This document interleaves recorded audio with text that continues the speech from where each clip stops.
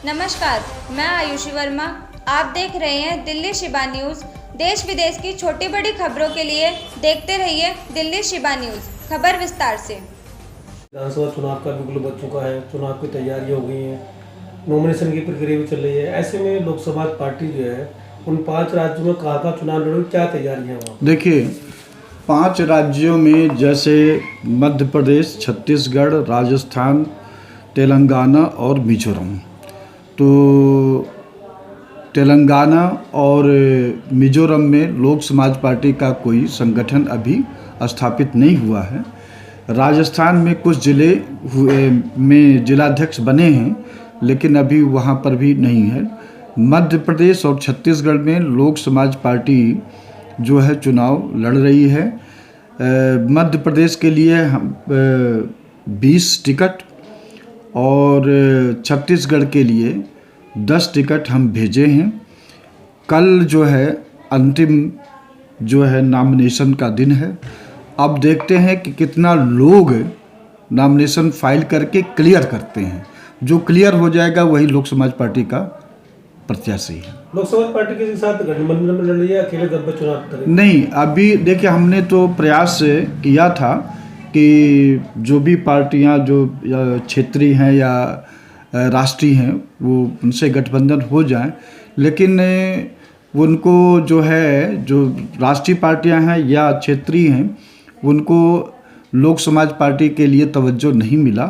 तो हम अपने हिसाब से कैंडिडेट उतार रहे हैं और भविष्य में देखा जाएगा कौन। ये चुनाव सेमीफाइनल माना जा रहा है क्योंकि 2024 का लोकसभा आम चुनाव जो है वो नज़दीक है। जो इन चुनावों में अपनी विजय हासिल कर पाएगा, जो वोट बैंक हासिल कर पाएगा, वही आगे कुछ कर पाएगा, ऐसा लोग मानते हैं।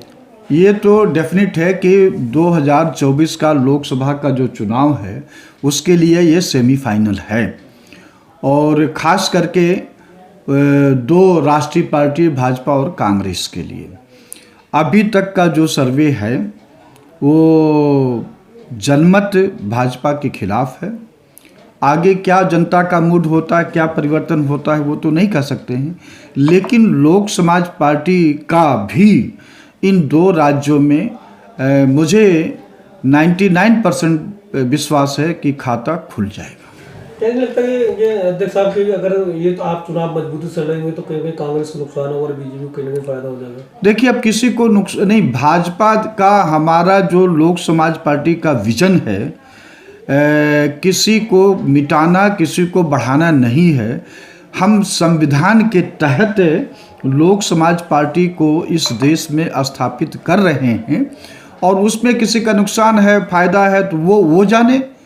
हम तो जनहित के लिए, संविधान को बचाने के लिए गुलामी थोप दी गई है, उसको मिटाने के लिए लोक समाज पार्टी इस देश में चल रही है। अब किसका नुकसान होगा, किसका फायदा होगा, वो समय का गर्व की बात है। लेकिन दोनों पार्टियों का गुप्त समझौता, अभी आप थोड़ा ध्यान दीजिए कि जो महिला आरक्षण विधेयक था उसमें भाजपा ने एकदम टोटली कहा कि हम किसी दलित, ओबीसी, आदिवासी, मुस्लिम को नहीं देंगे आरक्षण। कांग्रेस ने कुछ कहा कि इसमें संशोधन होना चाहिए, लेकिन कांग्रेस का संशोधन राज्यसभा में ये कहे, ये तो पूरे देश ने देखा है। लेकिन अब इन 5 राज्यों में चुनाव हो रहा है तो कांग्रेस इसको मुद्दा नहीं बना रही है कि लोगों को जाके बीच जगाना चाहिए। लेकिन इसका अर्थ यही बना कि दोनों का गुप्त समझौता है इस मुद्दे पर, और अन्य मुद्दे पर भी, ये चाहे निजीकरण हो, ठेकेदारी हो, इस सब का इन दोनों का गुप्त समझौता है। फिलिस्तीन और इजराइल में चुनाव वो जंग हो रही है और देश के प्रधानमंत्री इजराइल को समर्थन कर रहे हैं और वो इसको अपने चुनावी भाषणों में इजराइल का समर्थन करना और इजराइल फिलिस्तीन की जंग को बात कर रहे हैं। तो क्या इस जंग का फायदा उनको मिलने वाला है? देखिए, ध्यान से सुनिए, जो इजराइल और फिलिस्तीन का युद्ध हो रहा है और इसके पहले से जो चल रहा था यूक्रेन और रसिया का युद्ध, सही माने में देखा जाए तो युद्ध का चाहे प्राचीन काल हो, चाहे रामायण काल हो या महाभारत काल हो, युद्ध का एक नियम होता था और उस नियम के तहत दोनों पक्ष अपना धर्म निभाते थे। लेकिन इधर जो है, जब जैसे जैसे मानव सभ्यता का विकास हुआ, यूएनओ का गठन हुआ और नियम बनाए गए, लेकिन मैं समझता हूँ कि यूएनओ जो है अपनी जो एक भूमिका सक्रिय निभानी चाहिए उसको निभाने में विफल रहा है, और ताकतवर देश अपने हिसाब से इस विश्व को चलाना चाहते हैं। अभी जो फिलिस्तीन और इसका इजराइल का जो युद्ध है, देखिए इसमें आप थोड़ा गौर कीजिए कि जो इजराइल का जो स्थापना हुआ यूएनओ के आदेश से हुआ 1948 में। अब जब एक इजराइल यूएनओ के आदेश से और वहाँ स्थापना हुआ और वो देश ताकतवर हुआ या नहीं हुआ वो अपनी है। रही बात दोनों का जो विवाद है ज़मीन का है, फिलिस्तीन के लोग कहते हैं कि इन्होंने हमारा ज़मीन कब्जा कर लिया और इजराइल इस पर साइलेंट रहता है।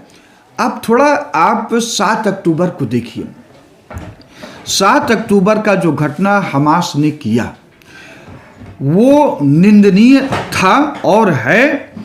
इसको सभी, चाहे वो मुस्लिम देश हो या यूरोपियन कंट्री हो, भारत सहित सभी देशों को कंडेम करना चाहिए था कि ऐसा नहीं करना चाहिए। मैं समझता हूँ अगर फिलिस्तीन के जो शासनाध्यक्ष हैं वो ये कंडेम किए होते और कहे होते कि ये है हम इनको हमास को सजा देंगे, ऐसा नहीं करना चाहिए था, तो मैं समझता हूँ कि ये युद्ध आगे नहीं बढ़ता। अब मैं देख रहा हूँ विश्व जो है अपने अपने हिसाब से तय कर रहा है। मुस्लिम कंट्री जो हैं, चाहे वो सीरिया का मामला हो, चाहे पाकिस्तान का मामला हो, चाहे फिलिस्तीन का मामला हो, और भी ऐसे कई कंट्री हैं जहाँ पर वो इतने लोग संगठित हो जा रहे हैं जिसको गलत और सही का कोई कहने की क्षमता नहीं रह जा रही है। उसी प्रकार जो अमेरिका है और जो कंट्री उनके समर्थक हैं वे भी अपने हिसाब से इस विश्व को चलाना चाहते हैं। वो भी सही को सही और गलत कहने को ये क्षमता नहीं रख रहे हैं, जिसके कारण आज कॉन्फ्लिक्ट हो रहा है। चलिए, इजराइल जो कह रहा है कि हम हमास को ख़त्म करेंगे, लेकिन आप निरीह लोगों की हत्या करके आप हमास को ख़त्म करते हैं, तो ये कौन सा आपका युद्ध माना जाएगा? आप अगर चाहते हैं वास्तव में हमास को ख़त्म करना चाहते हैं तो पूरा विश्व बिरादरी है, पूरा यूएनओ है, उसमें आप जो है ऐसा टेक्निक निकालिए जो आपके हिसाब से हमास आतंकवादी संगठन है और फिलिस्तीन के हिसाब से वो संगठन आतंकवादी नहीं है, तो उसको दूसरे रास्ते से भी उस पर दबाव बना करके कैसे भी है ख़त्म किया जा सकता है। लेकिन हमास की आड़ में आप हजारों निरीह मानव जीवन की हत्या कर रहे हैं, वो जस्टिफाइड नहीं है। हमारा सवाल ये था कि देश के प्रधानमंत्री इजराइल का समर्थन कर रहे हैं और ऐसा लगता है कि जैसे कि युद्ध जो है इजराइल फिलिस्तीन में ना होकर बल्कि हिंदुस्तान में हिंदू मुसलमानों के बीच युद्ध रहा, और इस तरह से पेश किया जा रहा और चुनावी में उसका वो लेने का। देखिए थोड़ा मैं आपको कह रहा हूँ, कट शब्द कह रहा हूँ। भारत जो है हमेशा फिलिस्तीन का समर्थक रहा है। यहाँ तक कि यासिर अराफात जब भी इस देश में आते थे, चाहे इंदिरा जी के टाइम पर, चाहे राजीव गांधी के टाइम पर, उनको हर संभव सहायता और रिस्पेक्ट दी जाती थी और उनको शायद भारत रत्न का भी उपाधि दिया गया था, कोई बड़ा सम्मान उनको दिया गया था, हेलीकॉप्टर भी भेंट किया गया था। लेकिन हुआ क्या कि वही फिलिस्तीन जब पाकिस्तान और हिंदुस्तान की बात होती थी तो वो पाकिस्तान के पक्ष में इस कश्मीर को लेकर के बोलते थे, तो उसके बाद में भारत का स्टैंड बदल गया। आज जो नरेंद्र मोदी भारत का स्टैंड जो लिए हैं वह टोटली चुनावी मुद्दा को लेकर के, 2024 का इलेक्शन को लेकर के, और जो कि ऐसा नहीं करना चाहिए था। जो सही है सही कहे, गलत है गलत है। और हालांकि भारत सरकार ने वहाँ पर मानव सहायता राशि भेजे हैं, वो सराहनीय है, लेकिन चूँकि कहते हैं जगह जगह इनके अंधभक्त और वो नरेंद्र मोदी के कैबिनेट के लोग भी कहते हैं कि मोदी का पूरे विश्व में डंका बज रहा है। अब तुम्हारा डंका क्या बज रहा है, क्यों नहीं तुम युद्ध रुकवा पा रहे हो? जब यूक्रेन रसिया की बात हो रही थी तो यहाँ के स्टूडेंट्स को निकालना था तो कहने मोदी ने युद्ध रुकवा करके निकाल दिया। आज तुम्हारा क्या हुआ? आज तुम्हारी डिप्लोमेसी कूटनीति क्यों नहीं सफल हो रही, क्यों नहीं रुकवा पा रहे हो? तो गाल बजाने के लिए नरेंद्र मोदी हैं और हर समय ये चुनाव का फायदा लेने के लिए ये करते हैं। बाकी ये नरेंद्र मोदी कुछ भी नहीं, देश के हित में कोई जो राष्ट्रीय अंतर्राष्ट्रीय इम्पैक्ट पड़े कोई ऐसी इनकी सूझबूझ नहीं है। आज जो लोग फिलिस्तीन के समर्थन की बात करते हैं, हमास का विरोध कर रहे हैं, प्रदर्शन की बात करते हैं जंतर मंतर पर, उनको प्रदर्शन अनुमति देने बजाय उनके खिलाफ मुकदमे दर्ज किए जा रहे हैं। कोई बोल नहीं सकता, तो क्या ये संवैधानिक बात होगी? देखिए हम बता दें, जो भारत सरकार यह कदम उठा रही है कि फिलिस्तीन के समर्थन में आप कहते हैं तो आप पर मुकदमा दर्ज कर रहे हैं, वो फिलिस्तीन ही नहीं, भारत में और भी कोई किसी मुद्दे पे इनका आंतरिक मामले में जो भाजपा सरकार की केंद्र की भाजपा सरकार या राज्य की भाजपा सरकार गलत करती है तो उसका विरोध करने पर भी ये अपना वो कर रहे हैं। तो ये तो इनका एक तानाशाही रवैया है जो 2024 में ये ख़त्म हो जाएगा। ये खुद इनकी पार्टी सत्ता में नहीं आएगी तो इनकी तानाशाही रवैया जो है चलेगी नहीं, और बल्कि यूँ समझ लीजिएगा सत्ता बदलते ही इन भाजपा वालों को भागना भी चाहेंगे तो भाग नहीं पाएंगे, इनका सही स्थान जेल में होगा। नमस्कार।